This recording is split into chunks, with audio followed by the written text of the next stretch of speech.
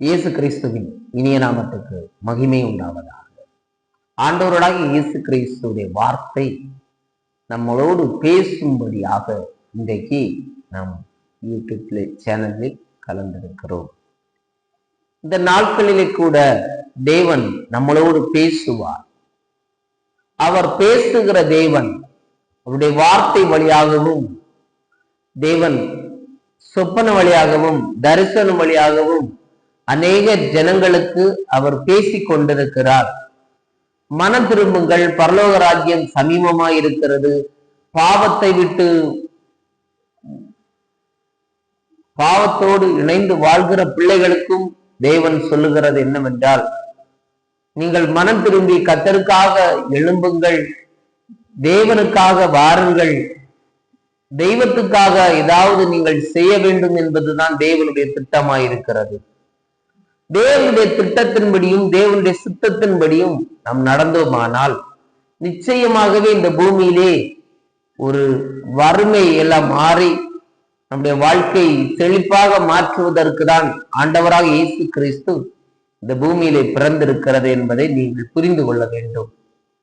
அவர்தான் மெய்யான தெய்வம் என்பதும் உறுதியாக பற்றி கொள்ள வேண்டும். இயேசுதான் மெய்யான தெய்வம். அவரை அல்லாமல் இந்த பூமியிலே ஒருவரும் இல்லை. அதை புரிந்து கொள்ளுங்கள். தேவனுடைய வார்த்தை வழியாகவும் தேவன் நம்மளோடு இடைப்பட்டு கொண்டிருக்கிறார். ஒரு வார்த்தையை வாசிக்கலாம். எரேமியா தீர்க்க தரிசன புத்தகம் 16ஆம் அதிகாரம் 1வது வசனம். கர்த்தருடைய வார்த்தை எனக்கு உண்டாகி, அவர் அப்படின்னு சொல்லி போட்டிருக்க. கர்த்தருடைய வார்த்தை நமக்கு உண்டாக வேண்டும். கர்த்தர் நம்மளோடு பேசுகிறவர். கர்த்தருடைய வார்த்தை நமக்குள்ளே உருவாக வேண்டும். தேவனுடைய வார்த்தையும் தேவன் நம்மளோடு பேசுகிறதாய் இருக்கிறது.